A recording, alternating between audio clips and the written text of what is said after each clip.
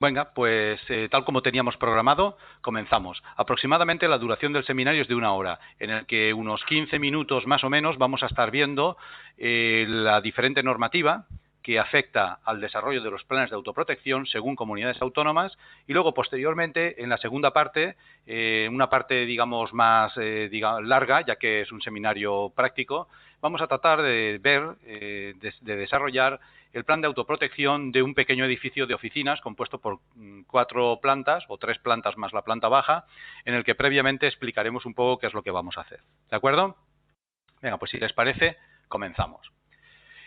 Aquí, tal como estamos viendo, pues lo que tenemos es el mapa de España dividido un poco por comunidades autónomas. Si nos damos cuenta y apreciamos, tenemos una normativa, el Real Decreto 393 del 2007, una normativa a nivel nacional, norma básica de autoprotección, pero que determinadas comunidades autónomas, como es por ejemplo Cantabria, el País Vasco o Cataluña, han desarrollado una normativa basada en el 393, pero que al ser el 393 del 2007 una normativa básica de autoprotección de mínimos, siempre y cuando cumplan estos mínimos es posible. Por lo tanto, estos decretos son, o vamos a analizarlos, posible en determinadas comunidades autónomas y en determinadas situaciones. Concretamente, el Real Decreto 393, ya hemos dicho, es a nivel nacional, incluso debe de cumplirse en aquellas comunidades autónomas que tienen normativa básica, ¿vale? Es obligatorio, según se establece en el mismo, para aquellas actividades que están recogidas en el anexo 1 del Real Decreto. Es decir, hay un catálogo de actividades en el que se establece, según el uso contemplado, pues cuando existe la obligatoriedad de desarrollar un plan de autoprotección cuyo contenido debe al menos ajustarse a lo establecido en este Real Decreto. Igualmente, podemos decir que el resto de actividades, es decir, aquellas actividades que nosotros pues no tenemos contemplados en el anexo 1, ¿qué pasa con ellas? Bueno, en este caso hay que tener en cuenta que no va a ser obligatorio el desarrollar un plan de autoprotección en los términos establecidos en el anexo 1, es decir, con este orden de capítulos, pero que igualmente ya sabemos que va a ser obligatorio establecer unas medidas de emergencia o evacuación. Por lo tanto, podremos decir a nivel general que bien sea un plan de autoprotección con esta estructura de capítulos o bien sea un plan de emergencias y evacuación que al menos contemple pues aspectos orientados a la prevención y a la respuesta, pues habrá que tener. Por lo tanto, desde nuestro punto de vista, creemos que es conveniente, en primer lugar, que las actividades que estén sujetas en el anexo 1 a desarrollar un plan de autoprotección lo cumplan al menos lo que contempla, pero el resto de actividades, pues que de alguna manera se ajuste un poco a este plan de autoprotección, aunque sin la obligatoriedad de que se cumpla. Si analizamos otras normativas autonómicas, por ejemplo, el decreto 51 del 2009 de Cantabria, aquí lo que hacemos es lo siguiente. Es decir, Cantabria lo que ha hecho es que cuando el edificio o la actividad desarrollada sí que, según el Real Decreto que hemos visto, 105 del 2000, el 393 del 2007, es obligatorio desarrollar el plan de autoprotección, entonces hay que desarrollarlo cumpliendo la normativa nacional. Y en el resto de los casos hay que aplicar precisamente el Decreto 51 del 2009. Es decir, que en este caso el contenido que se va a exigir es, por un lado, lo anterior y, por otro lado, cuando no se cumpla, pues esta estructura de capítulos. Por lo tanto, Cantabria lo que ha hecho es, de alguna manera, acotar aquellos edificios que a nivel nacional pues no queda muy claro cuál es el contenido de los mismos.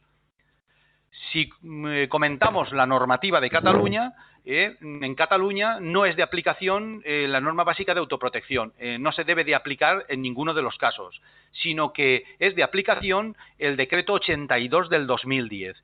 En principio, el decreto 82 del 2010 establece una estructura mucho más limitada que a nivel nacional, el 393 del 2007. ¿Por qué? Observemos cómo aquí solamente se van a exigir 4 documentos y 4 anexos. No obstante, como la norma básica de autoprotección es de mínimos, si analizamos detenidamente el decreto 82 del 2010, aquí vemos una comparativa entre el 393 del 2007 y lo de Cataluña, observamos que evidentemente repartido de otro modo, pero el 393 del 2007 se cumple. Por lo tanto, diremos que en Cataluña, en cualquier caso, hay que aplicar siempre el 82 del 2010 y nunca el 393 del 2007. Por otro lado, tenemos otra comunidad autónoma, como es la del País Vasco. En este caso, se rige por el decreto 277 del 2010. Igual que pasa en Cataluña, no es de aplicación la norma básica de autoprotección. Es de aplicación las exigencias establecidas en este decreto. ¿De acuerdo? Tengamos presente siempre que tengamos una duda de que la norma básica de autoprotección es de mínimos. Y si el decreto que promulga alguna comunidad autónoma al menos contempla lo establecido en dicha normativa, pues evidentemente quiere decir que lo contempla y lo mejora o lo amplía, evidentemente hay que en estos casos aplicar la normativa específica de la comunidad autónoma. Bueno, visto esto, observaremos cómo hemos repartido un poco en este esquema, pues que inicialmente ya lo habíamos puesto, cómo se reparte un poco la normativa. Tenemos a nivel nacional el 393 del 2007 y a nivel autonómico 3 normativas diferentes.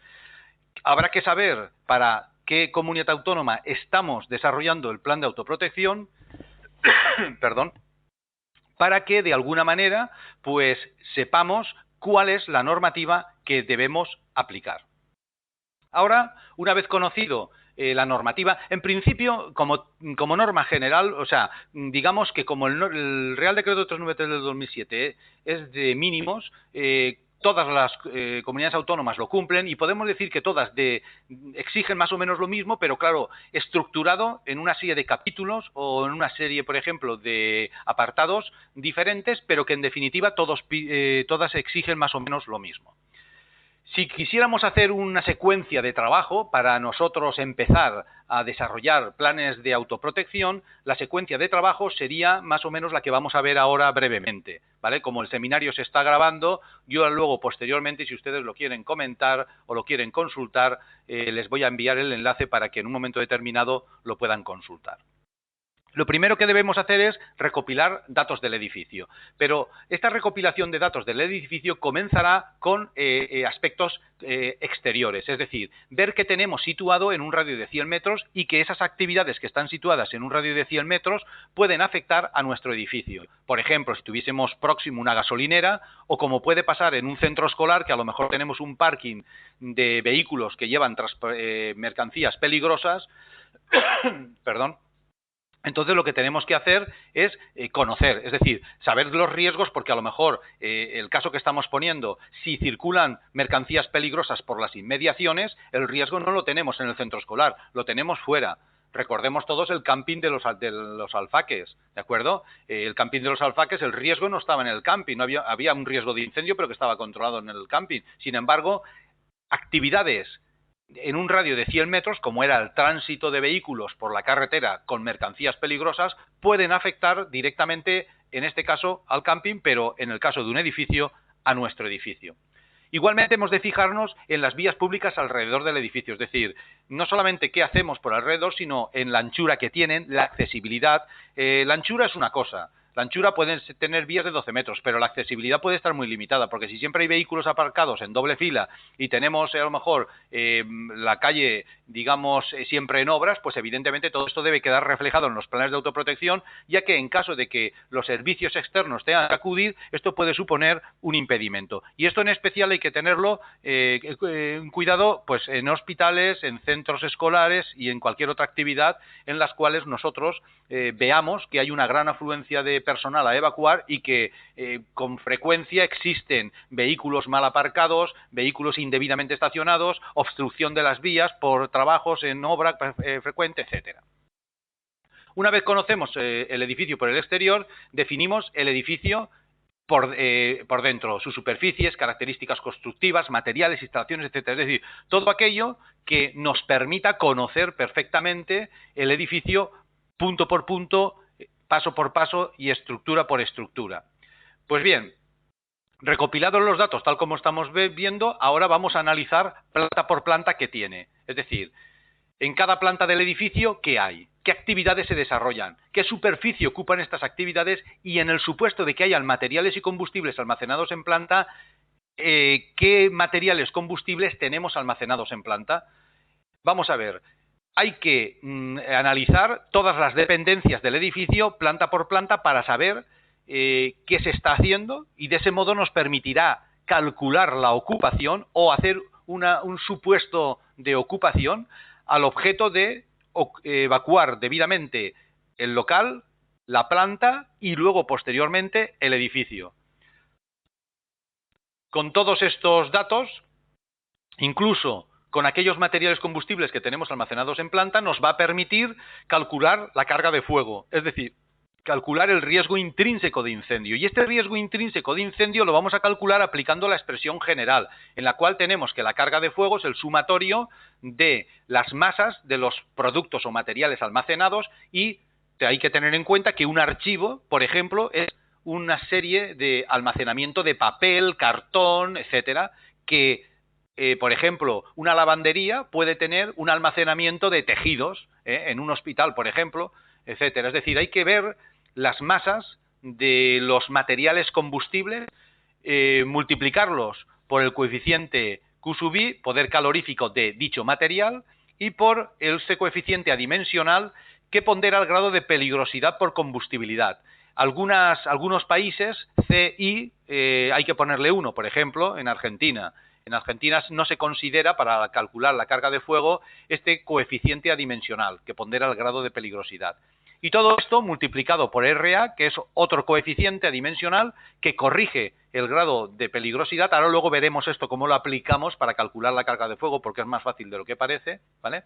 Y que también en algunas normativas, como por ejemplo en Argentina, RA tampoco se considera, es decir, se pone 1. Por lo tanto, esta expresión del cálculo de riesgo de intrínseco de incendio, en el que multiplicamos todos estos cocientes y lo dividimos por la sección, por la superficie construida en metros cuadrados, pues esto es lo que nos va a permitir determinar la carga de fuego y establecer, en función de los valores de la carga de fuego de planta, edificio, y si hay varios edificios del conjunto de edificios, pues las actuaciones a realizar. Bueno, vamos ahora a recopilar, una vez hemos recopilado datos del edificio, datos de la actividad que se desarrolla y de los responsables. Es decir, vamos a ver, a describir el establecimiento, cuál es la actividad principal que se desarrolla en el mismo, qué actividades secundarias se pueden desarrollar, como por ejemplo, pues seminarios o conferencias, o se podría, por ejemplo, visitas programadas, etcétera. Y una vez conozcamos todo esto, pues definir el titular, datos de la persona que va a actuar como director del plan de autoprotección y datos de aquella persona responsable del plan de actuación. Es decir, el director del plan de autoprotección será el responsable máximo de la autoprotección y el del plan de actuación el responsable máximo de la emergencia. Es decir, cuando sucede la situación de riesgo, ahí hay un responsable y un, digamos, responsable máximo, que es el director del plan de autoprotección. Tercer paso, y con esto ya vamos digamos, a terminar esta exposición de los pasos que debemos hacer para la recopilación de datos. Conocido el edificio, paso 1. Conocido lo que hacemos dentro del edificio y quiénes son los responsables, paso 2. Vamos a ver, en el paso tercero, quién nos puede ayudar en caso de que tengamos necesidad de recurrir a medios externos. Por ello, deberemos de disponer de aquellos teléfonos de interés, emergencias, bomberos, ambulancia, policías, etcétera, y aquellos datos del parque de bomberos, sobre todo en edificios industriales o en actividades industriales. ¿Por qué?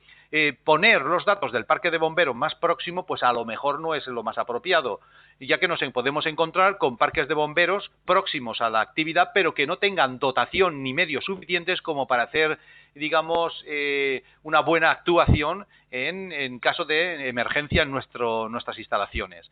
No va a ser así en la mayor parte de las actividades, pero cuando estamos hablando de edificios o instalaciones industriales, hay que tener en cuenta de que muchas veces se manipulan productos químicos y a veces la dotación del parque de bomberos que tenemos próximo no está ni preparado, ni cualificada, ni capacitada para intervenir en estos casos. Por lo tanto, sobre todo en actividades de riesgo, industrias químicas, petroquímicas, industrias que se manipulen agentes explosivos, inflamables, etcétera, pues evidentemente ahí debemos de ser conscientes de que deberemos digamos, a través de Protección Civil y de los servicios municipales, ver cuál es el parque de bomberos que deberemos recurrir nosotros y que nos garanticen que tienen dotación, medios y recursos para enfrentarse a nuestra incidencia o nuestro percance. Pues bien, como había dicho, con estos 3 pasos, recopilación de datos del edificio, recopilación de datos de la actividad y recopilación de datos de los medios de ayuda exterior, podemos decir que finalizamos la toma de datos. Con esto nosotros ya vamos a tener datos más que suficientes para elaborar un documento y que ese documento nos permita, por un lado, enfrentarnos a los riesgos y estar capacitados para dar una respuesta apropiada. Normalmente la mayor parte de nuestras respuestas será la evacuación, ¿de acuerdo? Ya que en cualquier organización, bien sea un hospital, bien sea, por ejemplo, un centro escolar, bien sea un edificio de oficinas, pues no vamos a disponer de gente capacitada como para poder atacar cualquier tipo de siniestro que se dé. Pero sí que podemos capacitarnos para la evacuación en el menor tiempo posible, ¿vale? Hay que estar preparados para eso. Bueno, pues vamos a ver ahora cómo desarrollamos esto. Es decir, vamos a ver cómo vamos a desarrollar un plan de autoprotección.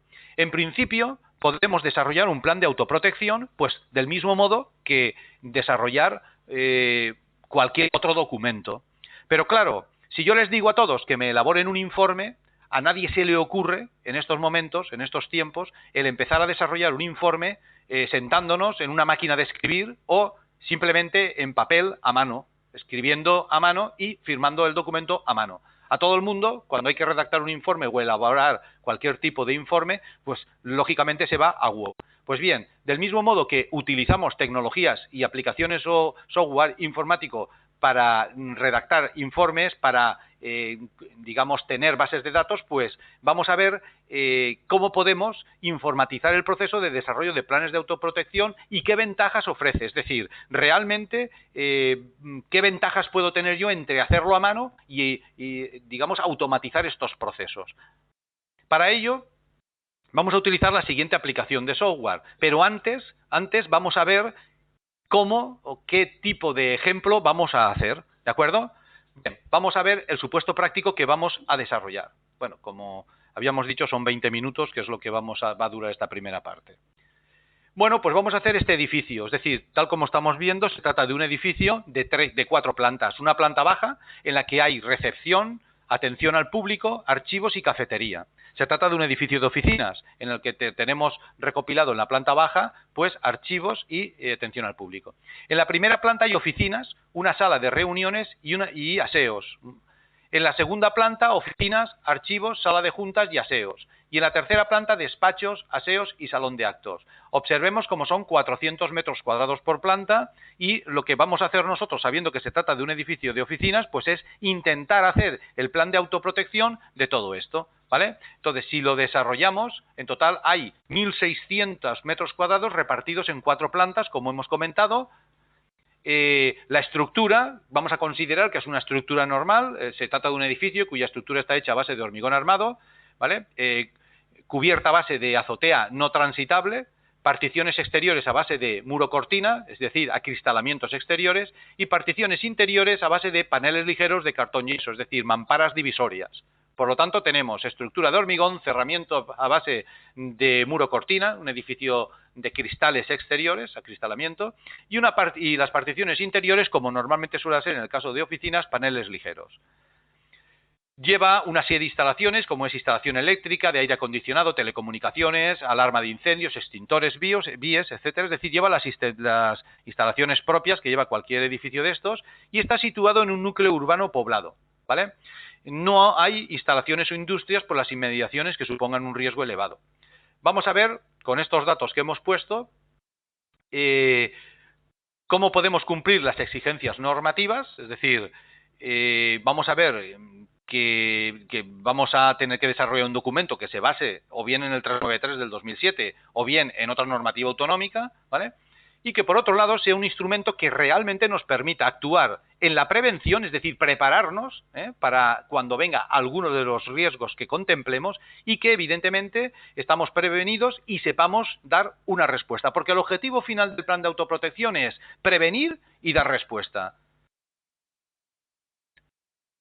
Y esto es lo que vamos a ver en el supuesto práctico. Por lo tanto, la secuencia de desarrollo va a ser esta que tenemos aquí, con los datos más o menos, que todos, bueno, tampoco se trata de un edificio diferente a cualquier otro de oficinas, por lo tanto lo vamos a recordar, ¿vale? Y tenemos ahí, pues, la posibilidad de, siguiendo este esquema, de el poder desarrollar todo lo que sería el plan de autoprotección, ¿vale? Vamos entonces a ver cómo lo hacemos. Lo hacemos, como hemos dicho, desarrollando el plan de autoprotección y en especial luego posteriormente lo que se llaman los protocolos de actuación o los procedimientos operativos de respuesta. Me da lo mismo como lo quieran llamar. En cualquier caso va a ser riesgo, qué hacer cada una de las figuras que intervienen y cuál es el procedimiento operativo. Todo eso es lo que vamos a intentar ver en lo que queda. Aproximadamente unos pues 40 minutos. Por lo tanto, y sin dilatarlo más, les doy paso al fondo de mi escritorio para que ustedes puedan ver el fondo de mi escritorio en perfectamente. Venga, a ver si les estoy dando paso, se les irá o se les estará regenerando la pantalla. Vale, pues aquí lo tenemos. Bien, esta es la aplicación que basada, porque claro, nuestra aplicación, observemos un momento, nuestra aplicación permite, cuando vamos a hacer el plan de autoprotección, seleccionar qué normativa aplicamos. Tenemos o posibilidad de aplicar el 393 del 2007, el decreto 82 del 2010, tanto en castellano como en catalán, y otra normativa, la del País Vasco y la de Cantabria. Nosotros del decreto 51 del 2010, etcétera. Es decir, nosotros seleccionamos la normativa. En este caso, a nivel nacional, vamos a seleccionar esta normativa, ¿de acuerdo? ¿Vale? Entonces, vamos a intentar seleccionar esta normativa, que es el plan de autoprotección aplicando la normativa nacional. Y aparece esto de aquí, es decir, tal como sabemos, existen una serie de capítulos, concretamente 9 capítulos, que luego desglosaremos uno a uno para que sepamos qué hacer en cada uno de ellos, ¿vale? Perdón. Y vamos, antes de empezar a desarrollar el documento, a la introducción de datos. ¿Cómo introducimos los datos? Aquí lo tenemos. Tenemos que teclear los datos generales de la actividad, es decir, la denominación del centro, que no sabemos cuál es, la dirección, no sabemos cuál es, ¿de acuerdo? Yo estoy cumplimentándolo con datos. Luego abriremos este mismo ejemplo que yo estoy explicando, pero ya con todos los datos bien introducidos. Yo ahora de momento voy a poner aquí directamente, pues algunas, por ejemplo, algunas para cumplimentar campos, ¿vale? Vamos a suponer que estamos en Alicante, código postal, teléfono 123 123 123, fax 234 234 234, etcétera. Y edificios situados alrededor de 100 metros, ¿vale? Pues vamos a hablar. Y hablamos, por ejemplo, en las proximidades. Tenemos, por ejemplo, una gasolinera a unos 50 metros. No va a repercutir, si fuese un centro escolar, si fuese un hospital, sí lo deberíamos de tener en cuenta, ya que un incendio en la gasolinera podría ser que afectase un poco, pues a lo mejor, a la ventilación o provocase incidentes para que en caso de urgencia lleguen ambulancias, pues que se vean bloqueadas. Tendríamos que tener la respuesta para esta situación de riesgo, ¿de acuerdo? Pero bueno, vamos a suponer que no afecta. Agregamos las vías, por ejemplo, vía 1, que el ancho es bueno, se supone que tiene, por ejemplo, unos 12 metros, y que otra vía, por ejemplo, vía 2, satisfactoria, aceptable, ¿vale? Y que, por ejemplo, la anchura en metros puede ser de 15 metros, ¿de acuerdo? Bien, ahí tenemos dos vías. Podrían ser más vías, es decir, se pueden siempre, en cualquier momento, se pueden agregar, eliminar o editar vías, del mismo modo que aquí siempre podemos modificar los datos cuando queramos, ¿de acuerdo? Bien. Una vez hemos cumplimentado todos estos datos, los datos correspondientes a datos, digamos, generales del plan, pasamos a la carpeta de datos de la actividad. Entonces aquí ponemos los datos del titular de la actividad. Por ejemplo, sea un edificio de oficinas, pues que sea, por ejemplo, pues Almacenes Soriano, por ejemplo, Sociedad Anónima, ¿vale? Dirección, la que sea, Paseo de la Castellana, ¿vale? 123. Municipio, vamos a poner, por ejemplo, Madrid, bueno, lo que sea. Vamos cumplimentando datos tanto del titular de la actividad como del director del plan de autoprotección, como del director del plan de actuación, del mismo modo que vamos a hablar de la actividad desarrollada, ¿vale? Edificio de oficinas. Lógicamente, en estos apartados, si nosotros tenemos un texto que nos han pasado, describiéndonos los datos, etcétera, es decir, estos datos los podemos reclamar un poco al propietario o a la de la actividad para que de alguna manera nos ponga él un resumen de todo esto. ¿Cómo le podemos enviar nosotros ese fichero o esa tabla? Evidentemente, se puede enviar para que nos cumplimente estos datos y así nosotros, si lo enviamos en formato de Word, ellos nos lo devuelven en formato de Word y nosotros con edición copiar y edición pegar lo tenemos. En cuanto a la descripción del establecimiento, lo mismo, ¿vale? Aquí lo que tenemos que hacer es describir un poco con carácter general este establecimiento, ¿vale? Bien, una vez lo tenemos descrito, pasaríamos, hemos cumplimentado todos los datos, pasamos a teléfonos. Describimos los teléfonos de emergencias, parques de bomberos, ambulancias, etcétera, y nos vamos por último a los medios externos, ¿vale? Ponemos el parque principal, entonces le ponemos la dotación, la calle en la que se encuentra, la distancia al centro, el tiempo de respuesta, ¿vale? Y información adicional del parque, ponemos la dotación que tiene. Por ejemplo, pues pueden ser 6 vehículos. En Internet se puede encontrar información sobre las dotaciones que tienen los parques. El parque que tengamos próximo, entramos y muy probablemente sabremos tanto dotación de medios como de recursos, es decir, de personal como de vehículos y equipos que suele tener el parque más próximo. ¿De acuerdo?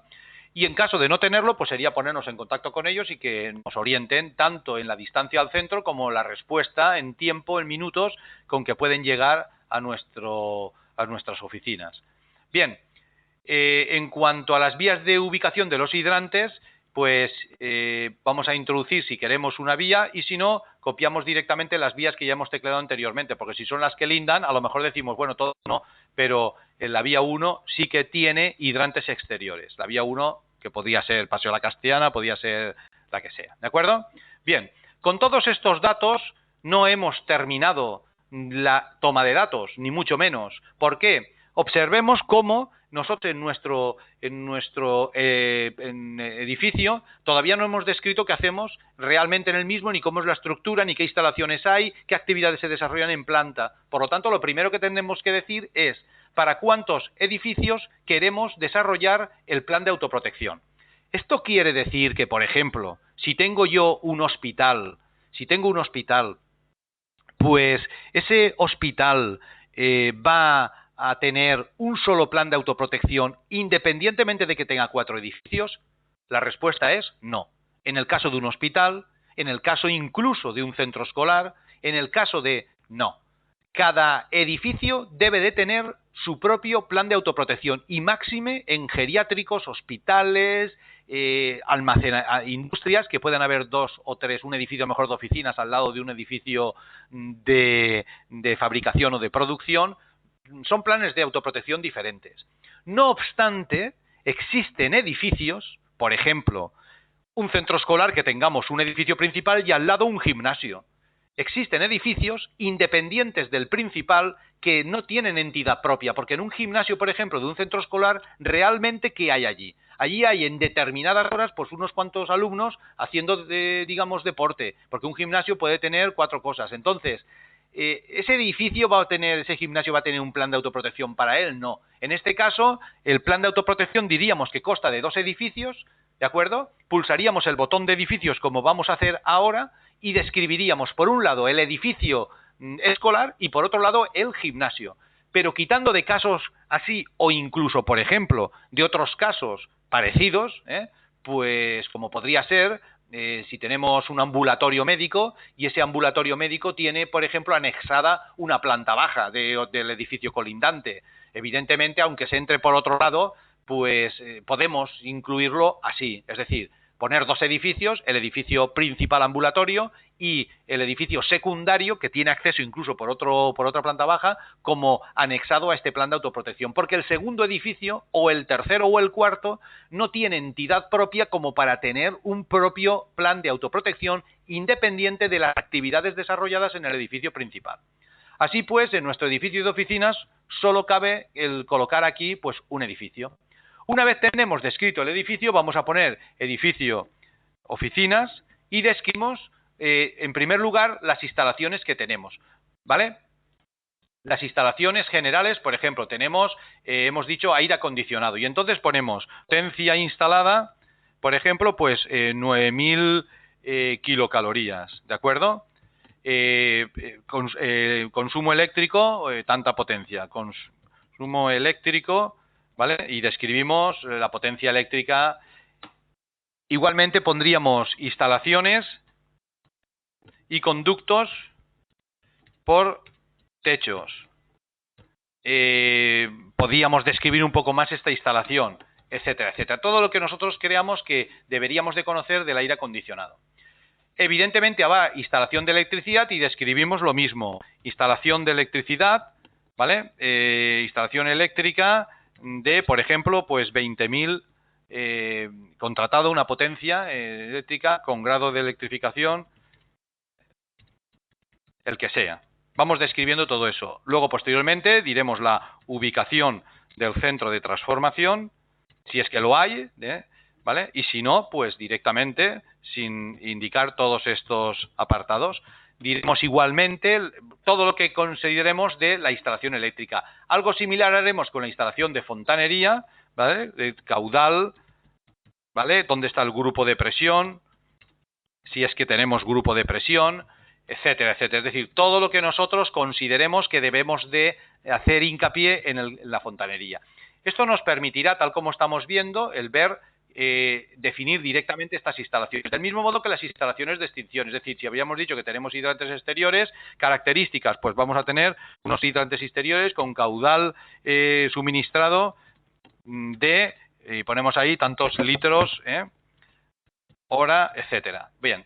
Extintores de incendio, pues tenemos, por ejemplo, en planta baja, pues tenemos 25 extintores de polvo ABC, etcétera, etcétera. Bueno, en resumidas cuentas, lo que tenemos que hacer es, para no perder tiempo, ¿vale?, ir definiendo todas las instalaciones que tenemos generales como de extinción, las características de cada una de ellas. Cuanto más maticemos todo esto, pues en cierta medida mejor vamos nosotros a ir desarrollando el plan de autoprotección. ¿Qué pasa con aquellas instalaciones que nosotros en un principio no conozcamos? Bueno, no pasa nada. Cuando yo voy cumplimentando los datos, no tenemos por qué cumplimentarlos en una sola sesión.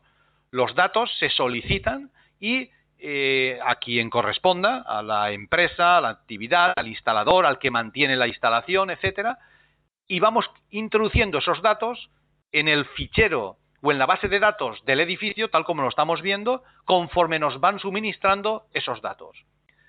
En planta baja, ¿cuántas son las salidas al exterior? ¿Vale? Vamos a cumplimentar este apartado. ¿Cuál es la suma de anchos? Vamos a ponerle que son 4,5 metros. ¿Vale? ¿Cuántas escaleras tiene?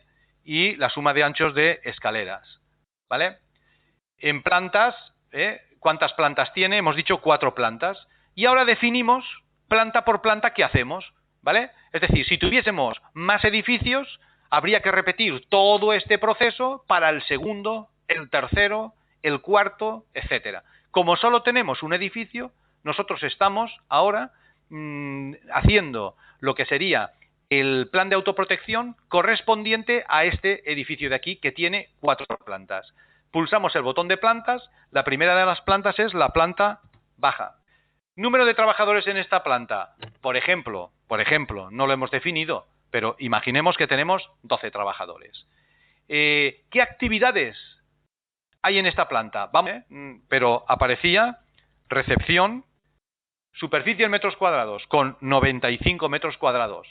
Como es un edificio de oficinas, nosotros ahora aquí deberemos de buscar dentro de los usos para que la aplicación me vaya diciendo, pues, me calcule automáticamente la ocupación. Por ejemplo, uso administrativo plantas, zonas de oficinas. Aquí estamos. Uso administrativo, vestíbulos generales y zonas de uso público. Es decir, esto es un vestíbulo general, recepción, ¿vale? La ocupación presunta que tenemos, según el código técnico de la edificación, sección seguridad contra incendios, sección tercera, es de 2 metros cuadrados una persona. Yo no voy a hacer cálculos, los va a hacer la aplicación. Cuando le digo aceptar, observemos cómo me sale recepción, superficie 95 metros cuadrados y ocupación prevista de 48. Voy a agregar en la planta primera otra segunda actividad. Teníamos atención al público, es decir, unos mostradores de atención al público. ¿Cuántos metros cuadrados tenemos? Tenemos 130 metros cuadrados. Vamos a ver a qué lo asimilamos y entonces buscamos aquí uso administrativo y tenemos uso administrativo plantas, zona de oficinas, vestíbulos y zonas de uso público, pues podría ser perfectamente eso, ¿de acuerdo? Es decir, 130 metros cuadrados, le decimos aceptar y la aplicación ya me va calculando. Hay que tener en cuenta que todos estos datos podemos eliminarlos, agregar nuevos datos y editarlos en cualquier momento. También en la planta baja yo tenía pues archivos 60 metros cuadrados, ¿vale? Entonces vamos a ver exactamente, como antes, para uso administrativo, ¿qué tenemos? Imprenta, repografía, almacenes, publicaciones, etcétera. Pues esto de aquí lo vamos a asimilar. 40 metros cuadrados una persona, pues me salen una ocupación de 2 personas. Es decir, yo lo que voy haciendo es, por un lado, definiendo los trabajadores, porque eso siempre va a ser personas que van a estar. Y por otro lado, calculando la ocupación prevista que puede tener el edificio en función de las actividades que se van desarrollando en cada una de las plantas, ¿vale? Y por último, en la planta baja vamos a agregar lo que sería la cafetería. La cafetería, que son 115 metros cuadrados. ¿Y esto a qué lo puedo poner? Pues, por ejemplo, la cafetería, bueno, si lo dudo, lo busco, ¿de acuerdo?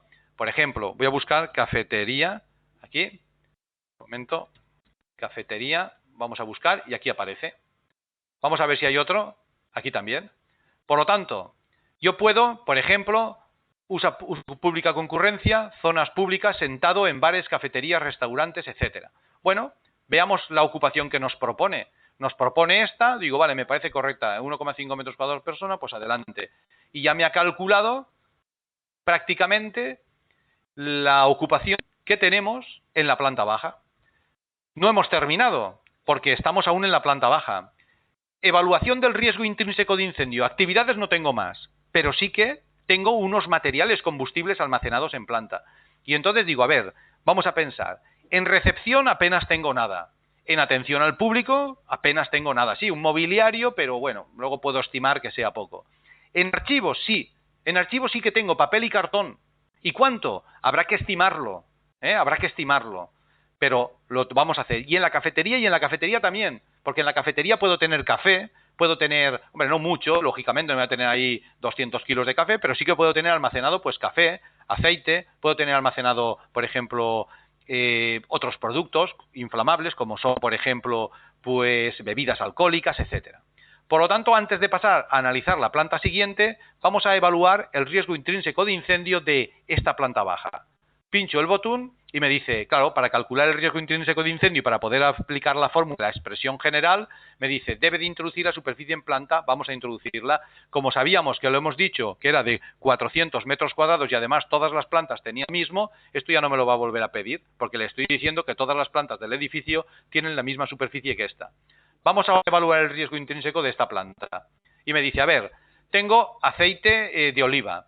¿Cuántos litros? Pues bueno, hacemos clic y yo digo, bueno, voy a tener como mucho 10 litros almacenados, dos garrafas de 5 litros. O vamos a ponerle, porque hay una freidora, pues vamos a ponerle en total 20 litros, para que esté en la freidora lo que hay más lo que podemos tener por ahí almacenado. Coeficiente de combustibilidad, de peligrosidad por combustibilidad. Alto, medio o bajo. bajos son líquidos clasificados con la clase D, sólidos, capaces, etcétera. Yo le pondría, ante la duda, le ponemos o medio o alto. De todos modos, habría que entrar, como dice aquí, ¿vale?, en el MI APQ001, ¿vale?, y ver si realmente el aceite de oliva está contemplado ahí, ¿de acuerdo? Esto es una instrucción técnica complementaria, pero que las podemos buscar por internet directamente, que no hay ningún problema. Por lo tanto, medio, alto o bajo, ponemos el coeficiente de peligrosidad C sub I. Seguimos. ¿Qué más podemos tener? Hemos dicho también que tenemos, pues, por ejemplo, café.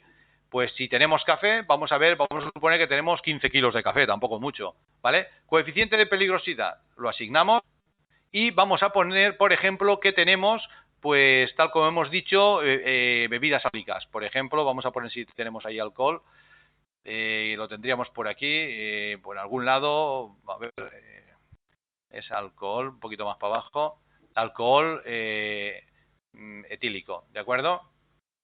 Vamos a suponer que en total tenemos, entre vinos, tal, vamos a suponer que tenemos unos 40 litros, tampoco mucho almacenado. Esto es alto. Una vez lo tenemos, es decir, una vez hemos definido nosotros qué materiales combustibles tenemos almacenados en la cafetería, pues pasaríamos a determinar los materiales combustibles del archivo. El archivo tenemos papel y cartón, por lo tanto nos vamos a C, a buscar cartón. Y como no sabemos cuánto hay, estimamos la cantidad. Vamos a suponer que hay unos 100 kilos en total de cartón con un coeficiente de peligrosidad medio. Y vamos a suponer también que tenemos, por ejemplo, papel, ¿de acuerdo? Es decir, tenemos almacenado papel y como es un archivo, vamos a suponer, por ejemplo, que tenemos unos 500 kilos o 600 kilos de papel, con un coeficiente de peligrosidad también medio. Le digo aceptar y a partir de todos estos datos y de los que yo presumiblemente pueda estimar, como por ejemplo materia que vamos a tener, muebles, estantes, etcétera, vamos a ver cómo calculamos pues para la madera, ¿vale? Vamos a buscar, madera va por LM, madera, aquí la tenemos. Vamos a suponer que le decimos, bueno, en total tenemos unos 400 kilos de madera, entre estanterías, mesas, sillas, etcétera. Bueno, y ahí lo tendríamos. Cuando ya hemos terminado de asignar estos valores, voy a aceptar y lógicamente me dice, bueno, tú tienes estos materiales combustibles almacenados y ahora me tienes que decir el coeficiente de peligrosidad. ¿El coeficiente de peligrosidad de qué depende? Bueno, no es lo mismo que la madera esté en un lugar en el que al lado no tenemos nada más que un hall, que la madera de los muebles o del archivo esté al lado de donde hay una caldera con combustibles almacenados.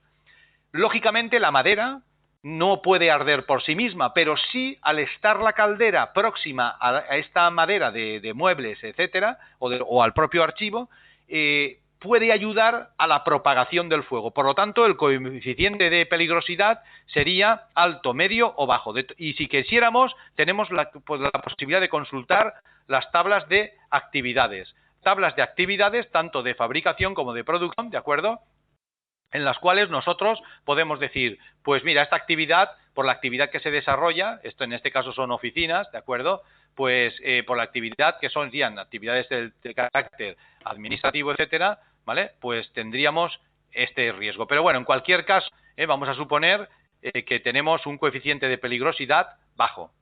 Bajo es 1, como algunas normativas, ya hemos dicho, el IRAM de Argentina considera 1.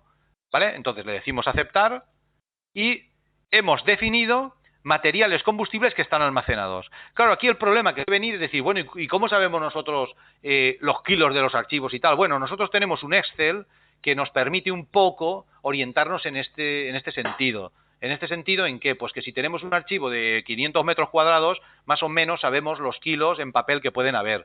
Y si tenemos, por ejemplo, pues una cafetería de tantos metros cuadrados, pues lo que puede haber, ¿de acuerdo? Entonces, es orientativo, pero desde luego, entre hacerlo a ojo o hacerlo en estos valores orientativos, pues es más que suficiente. Del mismo modo que calcular el riesgo intrínseco de incendio a ojo o hacerlo a partir de los datos que estamos introduciendo, pues es siempre mucho más exacto así. Colocamos ahora el número de extintores que tenemos en planta, el número de bocas de incendio, ¿de acuerdo? Si tenemos o no pulsadores de alarma, lógicamente deberemos de tener. Y una vez definidos los valores de la planta baja, haríamos lo mismo con la planta primera. Hemos dicho planta baja y ahora vamos a la planta primera.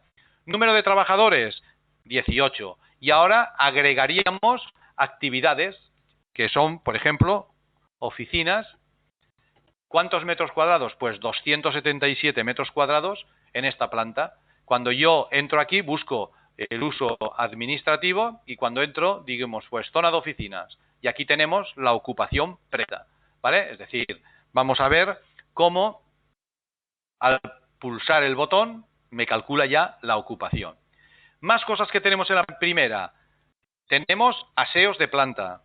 Aseos de planta. Los aseos de planta, que son 15 metros cuadrados. Pero claro, observemos. Busco aseos. Un momento. Perdón, ¿vale? Vale, vamos a buscar aseo. A ver si está por ahí, por algún lado. No. Bueno, da lo mismo. Los aseos son zonas de ocupación nula. Es decir, una persona o está trabajando o está en el aseo, pero trabajando ya no puede estar. Lo mismo que un visitante cuenta porque ocupa el lugar en pasillos, recepción, hall, etcétera, o cafetería, pero desde luego en la cafetería y en el aseo no puede estar. Por lo tanto, entenderemos los aseos como zonas de ocupación nula. Eso quiere decir que yo estoy ocupando 15 metros cuadrados, pero que en el cálculo de la ocupación no se van a contemplar. Sí que me ocupa un espacio, pero no van a contemplar. Y tenemos también una sala de reuniones.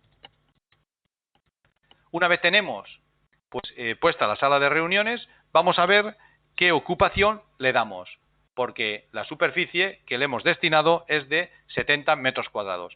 Entonces nos vamos a uso administrativo y decimos usos de zonas de público. Bueno, pues esto podría ser. Si quisiéramos aplicarle otro uso, porque la sala de reuniones que tenemos en el edificio también tiene acceso, por ejemplo, está en la planta baja y tiene acceso a la calle por otro lado, y entonces puede venir personal de fuera que nada tenga que ver con la actividad que se desarrolla, ya que es una sala de reuniones, pero que también se alquila, se presta o se hacen congresos y seminarios al margen de la propia actividad de las oficinas.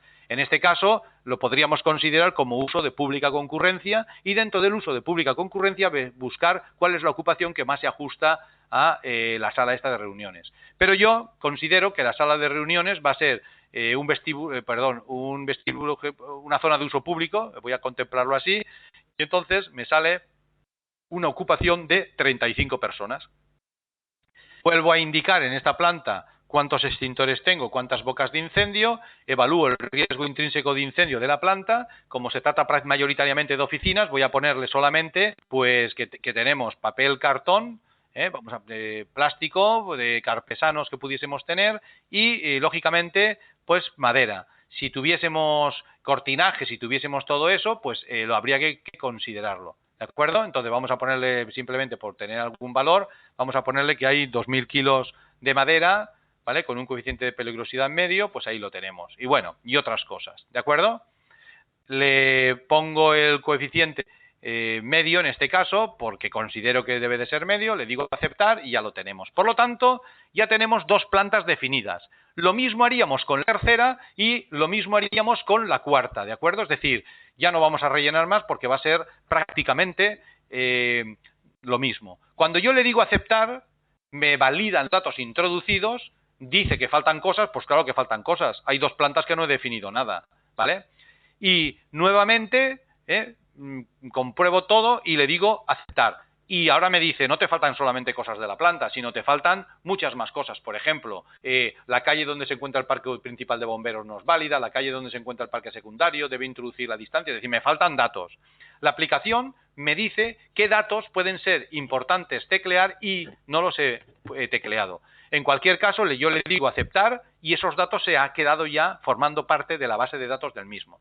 Ahora yo lo que sería, antes que nada, archivo, guardar el plan de autoprotección para que si una bajada de tensión, o sea, lo que pasa siempre, ¿no? Una copia de trabajo, lo que yo quiero tener, siempre, ¿vale? Con copias de seguridad constantes. Como si estuviésemos dibujando y sacando unos planos, pues de que de vez en cuando guardamos el documento por si da algún error la aplicación, algún error de Windows, alguna bajada de tensión, etcétera. Bien.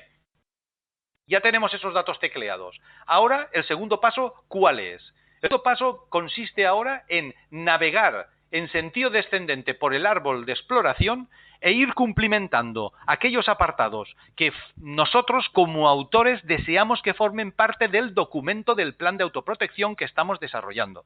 En el supuesto de que el plan de autoprotección deba de cumplir el 393 del 2007, habrá que cumplimentar de todos los capítulos unos mínimos. ¿De acuerdo? Ahora navegaremos por algunos de los capítulos y nos vamos a centrar en determinados capítulos, ¿de acuerdo? En determinados capítulos, pues, que son dignos de mención. Y vamos a dar más de pasada por otros capítulos. ¿Cómo se estructura? Bueno, tenemos el capítulo 1 que identifica los titulares. El capítulo 2, descripción detallada. El capítulo 3 es importante porque debemos de inventariar, analizar y evaluar el riesgo en los que se han tenido presentes los riesgos de las normativas sectoriales. Por lo tanto, el capítulo 3 vamos a decir qué riesgos tenemos y vamos a evaluarlos. ¿Cómo evaluamos los riesgos? ¿Qué metodología aplicamos? Ahora lo veremos. Capítulo 4. Inventario y descripción de las medidas y medios de autoprotección. Es decir, si tenemos unos riesgos, ¿qué hemos pensado para adoptar medidas preventivas frente a los riesgos anteriores? Por lo tanto, el capítulo 4 también es importante porque nos va a decir, tú has dicho que tienes el riesgo de incendio, pero ¿qué has pensado para hacer frente al riesgo de incendio? Y eso es lo que definiremos en el capítulo 4. Capítulo 5. Programa de mantenimiento de las instalaciones. Vamos a recapitular. Capítulo 3. Tengo el riesgo de incendio. Capítulo 4. Pero he pensado que voy a tener estas instalaciones. Capítulo 5. Y además, para que las instalaciones, cuando las necesite, esté efectiva en servicio, voy a establecer un programa de mantenimiento de estas instalaciones. Capítulo 6. Plan de actuación ante las emergencias. Es decir, si sé cuando tengo un riesgo de incendio lo que he pensado para prevenirlo y me garantizo de que me van a funcionar porque las instalaciones me van a ir, el capítulo 6 lo que me dice es ¿qué tienes que hacer cuando haya un incendio? Y eso también lo vamos a ver. Capítulo 7. Tu plan de autoprotección debe de integrarse en otros ámbitos, por ejemplo, en protección civil. Se trata de un hospital, se trata de un centro escolar, se trata de una actividad química, se trata de una actividad peligrosa. ¿Se trata, por ejemplo, de una actividad en la que puedes provocar un daño al medio ambiente? Bueno, pues todos estos planes habrán que inscribirse y deberán de estar de acuerdo e integrados en los planos de ámbito superior, como son los planes de emergencia municipales. ¿Para qué? Para que Protección Civil, bomberos, policía, etcétera, sepa qué actuar porque tú eres un edificio de características muy singulares. Capítulo 8. Tenemos un plan de autoprotección, hemos hecho, digamos, una planificación de respuestas, pero ¿cómo pensamos ponerlo en marcha? Hemos de implantar el plan y comprometernos a ello, con nombres y apellidos. Hacer formación, hacer todo lo que haga falta para que podamos capacitar al personal, entrenar al personal. Ya digo, la mayor parte de las veces en evacuación, pero todo hay que tenerlo pensado. Pues habrá que ver cómo lo implantamos y lo llevamos a cabo. Capítulo 9. Ahora bien, pasa lo mismo que con las instalaciones. Yo lo implanto, pero eso hay que cuidarlo, hay que de alguna manera mantenerlo con el paso del tiempo. ¿Qué compromisos, qué intenciones tengo yo? Pues esto es lo que vamos a dejar reflejados en el capítulo 9. Y el resto, pues son anexos complementarios que luego los comentaremos. ¿De acuerdo? Bueno, esto es la estructura del 393 del 2007, pero si nos vamos al decreto 82-2010 de Cataluña o a cualquier otro decreto, el 51, por ejemplo, del País Vasco, etcétera, pues estamos en lo mismo. Es decir, es otra estructura más o menos parecida, pero lo que hace es, por un lado, definir riesgos, por otro lado, medidas de respuesta frente a esos riesgos, mantenimientos de instalaciones y el resto, plan de actuación ante las emergencias. Vale. Es lo mismo, pero llamado o peinado de otro modo. Bien, ¿y qué ventajas tiene, por ejemplo, utilizar la aplicación? Bueno, hemos inscrito esos datos y ahora cuando yo entro aquí, observemos cómo los datos ya me los vuelca. Esta es la ventaja con la que contamos, es decir, que si yo me voy a identificación de los titulares, ya me ha volcado los datos. Tal como estamos viendo, yo voy diciendo incluir. Ahora, si quisiera en estas pantallas, por ejemplo, el nombre o razón social del titular, ¿de acuerdo? Pero si yo quisiera, por ejemplo, en datos del director del plan de autoprotección, no hemos tecleado nada y por eso no aparece nada. Observemos una cosa, si yo en un momento determinado nos vamos a datos del director del plan de autoprotección y le pongo, por ejemplo, Juan Soriano Martínez, ¿de acuerdo? Y le digo, por ejemplo, dirección Avenida Valencia 123, pues cuando le digo aceptar, estos datos han sido tomados. Entonces, cuando yo entre aquí dentro, ¿vale?, le digo, un momento, ha salido, vale, he dicho del director, no sé si he dicho, no sé si validado o no validado, a ver. Pues sí, datos del director del plan de actuación y del plan de actuación. Por ejemplo, pues vamos a poner Manuel Martínez. En cualquier momento, ¿vale? Cuando le digo aceptar, entonces, si entramos aquí dentro, vamos a ver si me lo refresca. Ahora, es que no me está refrescando los datos, ¿vale? Lo puedo corregir desde aquí, pero observemos qué hacemos si la E que he puesto en minúscula la corregimos de aquí. Cada vez que, le digo incluir, cada vez que yo quisiera hacer un cambio y que se refrescase el cambio que he hecho de la toma de datos aquí, me tocaría corregir este error. Por lo tanto, aquellos errores ortográficos que observemos en las diferentes pantallas, es mejor corregirlos en la toma de datos para que si hacemos modificaciones, al refrescarse esas modificaciones, no tengamos que corregirlos una y otra vez. Es mejor siempre modificarlos en la toma de datos. Dicho esto, si yo ahora me voy a la toma de datos y entro aquí dentro y Manuel Martínez le pongo M mayúsculas como debía de haber sido desde el primer momento, cuando entre aquí directamente ahora ya me lo reconoce bien, ¿de acuerdo? ¿Vale? Bien, y así de este modo voy estableciendo, siguiendo un poco la estructura marcada por el programa para dar cumplimiento, en este caso, al 393. Si estuviésemos aplicando otra normativa, evidentemente daría una estructura diferente y me permitiría dar cumplimiento a esa otra normativa.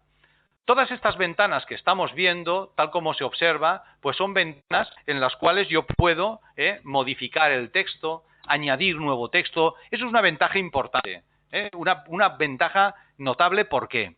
Pues porque me va a permitir dotar de la total flexibilidad a la aplicación, para que si me pasan un texto o yo tengo un texto predefinido de otras veces que me gusta más que este, lo pueda reutilizar en lugar del que por defecto propone la aplicación. Así pues, en estas mismas ventanas es posible insertar imágenes, insertar planos de AutoCAD, etcétera. Por ejemplo, vamos a poner, por ejemplo, en ficheros, pues ahí tenemos un supuesto, ¿vale? El que hemos puesto anteriormente, pues que ahí lo tendríamos. Es decir, esto es un plano de AutoCAD, tal como lo estamos viendo, ¿vale? Sin embargo, yo lo he metido aquí dentro. Es vectorial. ¿Vectorial qué quiere decir? Porque si le hago clic y lo pongo, por ejemplo, al 50%, las líneas no se hacen más finas ni más gruesas, ni se dentan ni nada. Simplemente se escalan, como pasaría en AutoCAD. Cambio de escala y las líneas no se engordan ni se pixelizan ni nada, ¿vale? Pero no solamente podemos añadir planos de AutoCAD, podemos añadir también perfectamente planos, por ejemplo, JPG, imágenes que tengamos, callejeros, fotos que hayamos hecho y que del mismo modo las puedo escalar, por ejemplo, al 25%, ¿vale? Ahí lo tendríamos. Por lo tanto, para que suba a la página anterior, pues le dejo menos espacios y ya está, ¿vale? Y así de ese modo voy calibrando un poco lo que quiera hacer. Por lo tanto, diremos, hecha la introducción de datos, estos datos son tomados por la aplicación para proponer los diferentes ítems del árbol.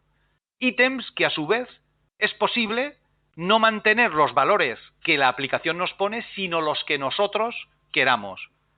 Si nos vamos, por ejemplo, a calcular la ocupación, vamos a buscar dónde estaría la ocupación, ¿vale? Ahí la tenemos.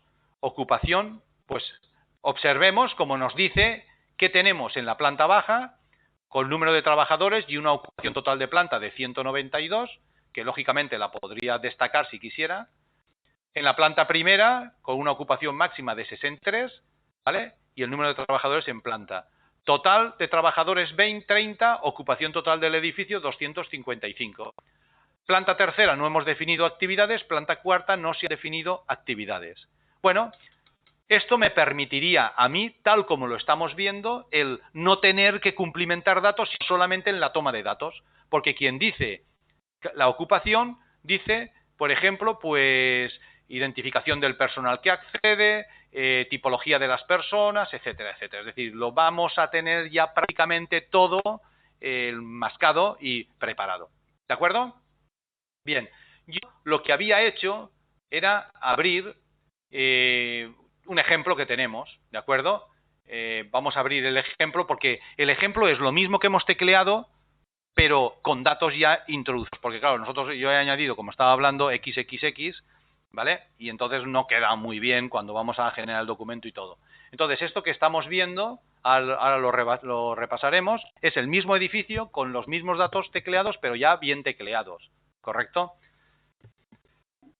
Bien, nos quedan 5 minutos y terminamos. Momento que se está abriendo este edificio y así comentamos los aspectos importantes. Primero, la evaluación de riesgos. Segundo, los procedimientos de respuesta. Vamos a ver. Ya digo, vamos a consultar antes la toma de datos. Vemos, esta es la toma de datos en la que ya tenemos un edificio y 4 plantas. Y si entramos en plantas, la planta primera tiene los datos que yo he tecleado, pero la planta segunda también tiene datos, la siguiente planta lo mismo y la última planta lo mismo. También tiene calculada la carga de fuego, pero ya tiene datos, para no perder tiempo, yo todo esto lo he ido antes ignorando. ¿De acuerdo? Bien. Cuando entramos en el capítulo primero, pues esos datos se buscan, ¿vale? Yo he puesto aquí, a modo de ejemplo, pues he insertado el callejero para que identifiquemos dónde está el edificio. Ya he dicho que se pueden insertar imágenes y ya sabemos cómo. Identificación de los titulares de la actividad, ¿vale? Datos del director del plan de autoprotección. Hemos visto cómo es posible insertar imágenes, fotos, en este caso, de las personas responsables para que todos sepamos, esas personas responsables, quiénes son y las conozcamos en la empresa, ¿vale? Estructura operacional y función de las emergencias. Hay un esquema que podemos nosotros modificar con mucha facilidad, no vamos a ver ahora cómo hacerlo, pero que sepamos que podemos hacer, hay un editor de diagramas para poder hacer perfectamente, tal como estamos viendo y con esta facilidad, pues cualquier diagrama que nosotros queramos, cambiarle el color, cambiarle, por ejemplo, vamos a ponerlo amarillito, ¿de acuerdo? Podemos dibujar diagramas, ¿vale? Y cuando le decimos incluir diagrama, ese es el diagrama que se incluye. Capítulo segundo, cuando habla de descripción del establecimiento, características constructivas, si hemos definido, por ejemplo, los extintores correctamente, los sistemas de boca de incendio, todo esto nos lo va volcando. Superficies de los locales, aquí tenemos planta por planta, la superficie total del edificio, qué actividades y qué superficie ocupa cada una de las actividades en planta. Lógicamente, describimos y clasificamos a los usuarios y si hay documentación gráfica que acompañamos, como en este caso que yo he puesto el plano, pues entrar directamente insertados los planos que ahí tengamos de AutoCAD, lógicamente para poderlos imprimir en una 4, pero bueno, quedan ubicados en sus posicionamientos correspondientes. Luego, anexados si queremos, ponemos los planos en grande. Bien, vamos a esos dos aspectos que hemos visto importantes. Capítulo 3, metodologías para la evaluación de riesgos. Nosotros damos 11 metodologías. Claro, no es cuestión ahora, porque tenemos seminarios exclusivos, de hecho están ya programados algunos, seminarios exclusivos para saber cuándo y cómo aplicar cada una de estas metodologías. Estas metodologías que tenemos aquí sirven tanto para una industria química como para un centro escolar, como para un hospital, como para un parque, digamos, un parque de diversiones, ¿de acuerdo? Un parque de estos temáticos. Entonces, ¿cuál es la metodología más aplicada? Hay seminarios hechos, se puede consultar. La aplicación antes nos dice cuándo y cómo aplicar la metodología. Por ejemplo, si yo digo, esto de la metodología general de evaluación de riesgos, entro dentro y aquí se explica cuándo y cómo se debe de aplicar. ¿De acuerdo? Esta metodología lo primero que tenemos que hacer es explicarla. ¿De acuerdo? Hay 3 factores. Los 3 factores pues se van multiplicando, ¿vale? Para obtener un nivel de probabilidad y unos niveles de intervención, concretamente 4 niveles de intervención, ¿vale? Bueno, si quisiéramos aplicar esta metodología y yo quiero que conste en el plan de autoprotección descrito el método que he utilizado, lo incluyo. Si yo quiero aplicar esta metodología, pero no quiero que figure el método, pues no lo incluyo. Y ahora a continuación entro dentro, por ejemplo, ya que he hablado de la metodología general de evaluación de riesgos, entro dentro de metodología general de evaluación de riesgos y tengo la posibilidad de evaluar los riesgos aplicando esta metodología o cualquiera de las 11 metodologías que nosotros ponemos. ¿Cómo se aplica la metodología? Hombre, es muy sencillo. Si se sabe aplicar, es sumamente sencillo, Vamos a, por ejemplo, el riesgo de explosión y entonces en este caso aparece una tablita. Si tenemos el Excel, esta tablita podemos lanzar, vamos a ver si, no sé si desde aquí lo podré lanzar, vamos a ver, sí.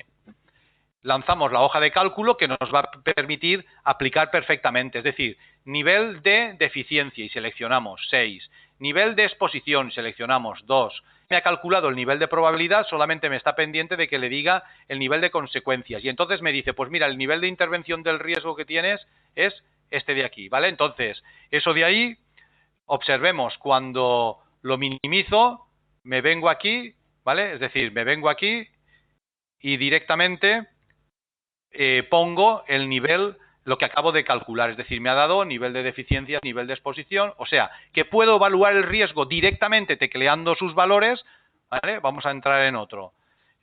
Aquí directamente tecleo sus valores, pues 5, 2, aquí serían 10 y nivel 10 por 10 será, aquí sale, es el producto de los anteriores, nivel de riesgo sería 100 y eso me sale, según el método, un nivel de intervención, por ejemplo, 2, ¿de acuerdo? ¿Cómo sé yo que es el nivel de intervención 2? Hombre, yo sé que es el nivel de intervención 2 porque lo primero que tendré que hacer es saber manejar el método. Si no sabemos manejar el método no podemos calcularlo. Pero bueno, en cualquier caso, que sepamos que es fácil porque tenemos desde seminarios hechos, desde seminarios que vamos a hacer e incluso la ayuda que hemos visto anteriormente que describe cómo aplicar la metodología. Bien, ¿qué riesgos contemplan? Yo creo que no van a hacer falta más. Aquí hay 105 riesgos. 105 riesgos que puede darse en algunas de las actividades, no en todas. Yo no tengo que poner todos los riesgos en todas las actividades. Si yo, por ejemplo, no tengo riesgos de escapes tóxicos, yo no contemplo ninguno de estos agentes. Pero si estoy trabajando en una empresa que manipula, por ejemplo, estoy, por ejemplo, en una gasolinera y manipula gasolina, lógicamente habrá que evaluar el riesgo en el cual aquí viene el número CAS, número C, número ONU, etcétera, etcétera, ¿vale? Y los caracteres de detección de este riesgo, riesgos para la salud, etcétera. Yo lo que tengo que hacer es evaluar el riesgo basado en todo esto y obtener unos valores. Posteriormente clasificaremos los riesgos y estableceremos un nivel de prioridad y una actuación específica para cada uno de los riesgos. ¿Ya lo tenemos?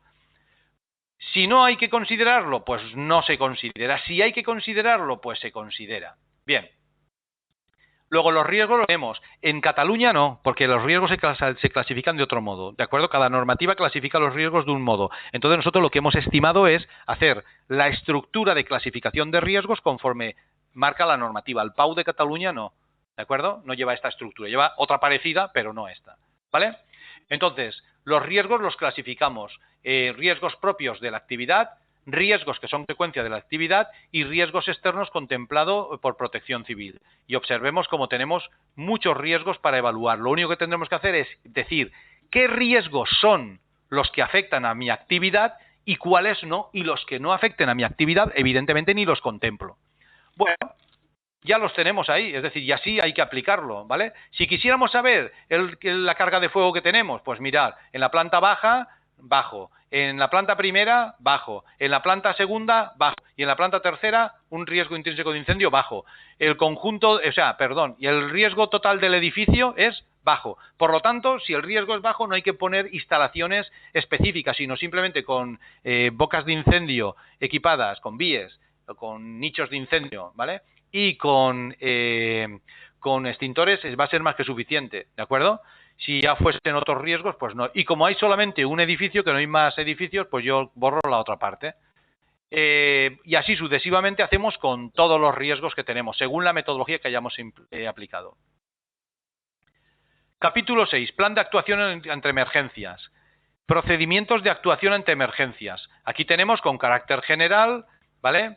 Esquemas de actuación, esquemas operacionales de actuación, mecanismos de respuesta, etcétera. Pero nosotros tenemos con carácter general qué hacer frente a cada uno de los riesgos, por ejemplo, qué hacer con carácter general en caso de incendio.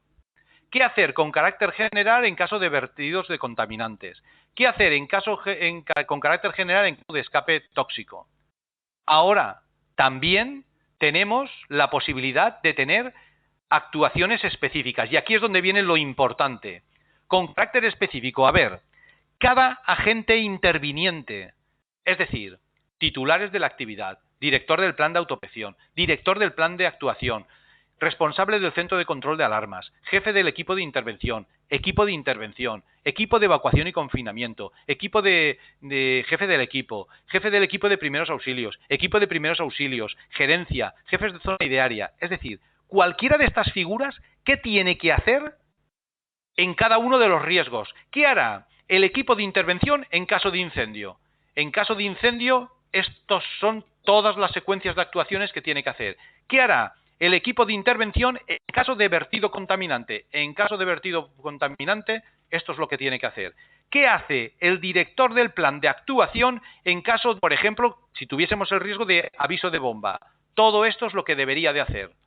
Bueno, y como esto, tenemos 500 y pico fichas para cada agente que interviene. Y además las fichas, con carácter general, aquí está la codificación que hemos empleado, ¿vale?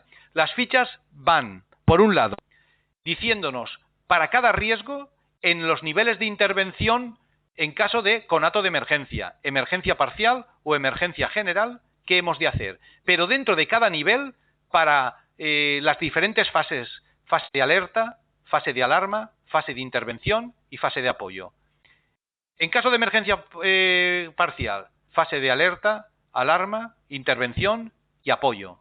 Y en caso de emergencia general, alerta, alarma, intervención y apoyo. Por lo tanto, ¿qué tenemos aquí? Aquí tenemos procedimientos operativos para todos los agentes que intervienen en cualquiera de los niveles de alerta y para cualquier fase de alerta dentro de cada nivel.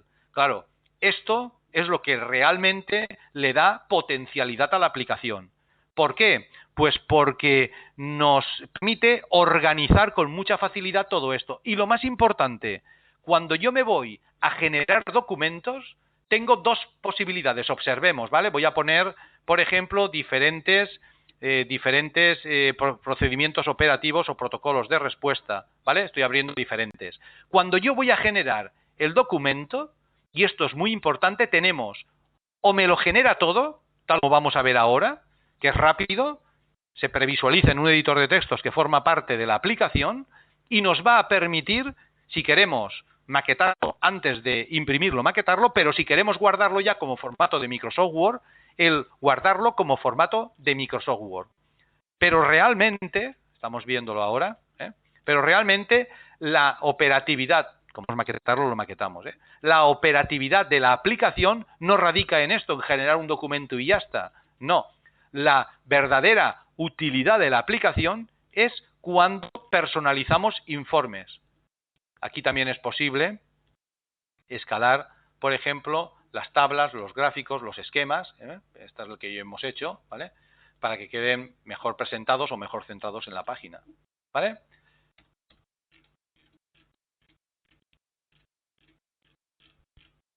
Vamos viendo, ¿vale? Pues todo esto es como quedaría.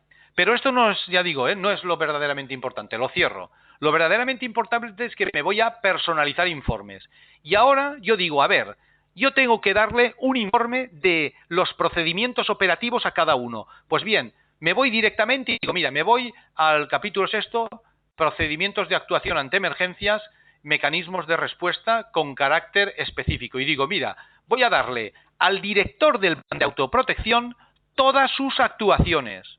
O me voy al equipo de intervención a darle todos sus procedimientos operativos de respuesta para todos sus riesgos. Es decir, yo puedo tener subinformes del documento, lo que quiera, por ejemplo, solo el análisis de riesgos, ¿vale? Me iría aquí, desmarco todo y me digo, mira, me voy al capítulo 3 y digo, metodología empleadas y digo, pues identificación de riesgo, digo, mira, solamente los riesgos evaluados. Quiero un documento que contenga los riesgos evaluados. O, en caso, por ejemplo, de que tenga que hacer la formación, me voy a la implantación y selecciono solamente el programa de formación que he cogido y el programa de formación e información a todo el personal. Tengo eso. O, en caso de hacer el mantenimiento, digo, nada, solo quiero obtener, a ver, qué nos hemos establecido para el mantenimiento y eficacia y acción del plan. Es decir, obtengo subinformes del informe sin andar desde Word cortando y pegando en cualquier momento y siempre obtengo documentos siempre obtengo documentos vivos, documentos que si he hecho modificaciones en el original, voy a tener siempre esas modificaciones. No, si me baso en un Word, cortar, pegar, a lo mejor he cambiado el original, me toca, no me acordé, tal, no, no, no. Aquí lo que vamos a obtener siempre son subinformes del original. Pues bien, cuando yo le diga generar, esto es lo que me va a generar. Le pongo un título, el que sea, le pongo un subtítulo, una descripción, y cuando le digo generar, me genera un documento que contiene solo lo que yo quería. En el caso de los procedimientos operativos de respuesta, pues eso. ¿De acuerdo? Aquí lo tenemos. Contenido del plan de autoprotección, capítulo 9, mantenimiento de la eficacia. Y aquí están solamente los criterios que yo hemos adoptado para el mantenimiento de la eficacia, la planificación de ejercicios y simulacros, las fichas de preparación de simulacro. Es decir, puedo obtener, tal como hemos dicho, todos aquellos aspectos que yo considere oportunos y relevantes para el plan. Bueno, nos hemos pasado un cuarto de hora, pero bueno, lo importante es que hemos visto o hemos hecho una visión global de lo que es toda la aplicación, ¿vale? Por mi parte, no quiero, nos hemos pasado, ya digo, unos minutos, no quiero entretenerles más, pero sí que estoy dispuesto un poco pues a ver, contestar aquellas preguntas que ustedes me indiquen. ¿De acuerdo? Bien, me está preguntando, ya veo aquí una pregunta, el señor José Gil. No veo métodos habituales como el Mosler o cuantitativo mixto. ¿No se han contemplado estos métodos? En la aplicación del plan de autoprotección, no. Cuando tenemos seguridad integral, sí. Es decir, seguridad integral va más allá. No habla solamente de planes de autoprotección, sino de planes específicos de seguridad integral, contemplando también instalaciones de CCTV, etcétera, etcétera. Esto, digamos que tenemos un software específico, pero no lo contempla este, lo contempla el otro que va a otro nivel. Es decir, cuantitativo mixto, método Mosler, el Meseri, etcétera, están contemplados en otra aplicación de software que no es para el plan de autoprotección, sino para planes de seguridad integral, que también incluye planes de autoprotección. ¿De acuerdo? Si quiere luego, señor Gil, se lo explico un poquito más detenido para que no, digamos, hacer perder el tiempo con un problema que a lo mejor a usted le interesa, pero que el resto, pues con 11 metodologías yo creo que tiene más que suficiente. Pero bueno, se podría implementar, es decir, que si le quisiera, bueno, quiero también los planes de autoprotección contemplando, pues nosotros lo implementamos, aunque sería, ya le digo, sería una aplicación exclusiva que tendría usted y que no estaría contemplada en las actualizaciones sucesivas que vayamos a hacer del producto, ¿vale? Bien, ¿alguna pregunta? Yo creo que vamos a parar porque así no hacemos muy largo.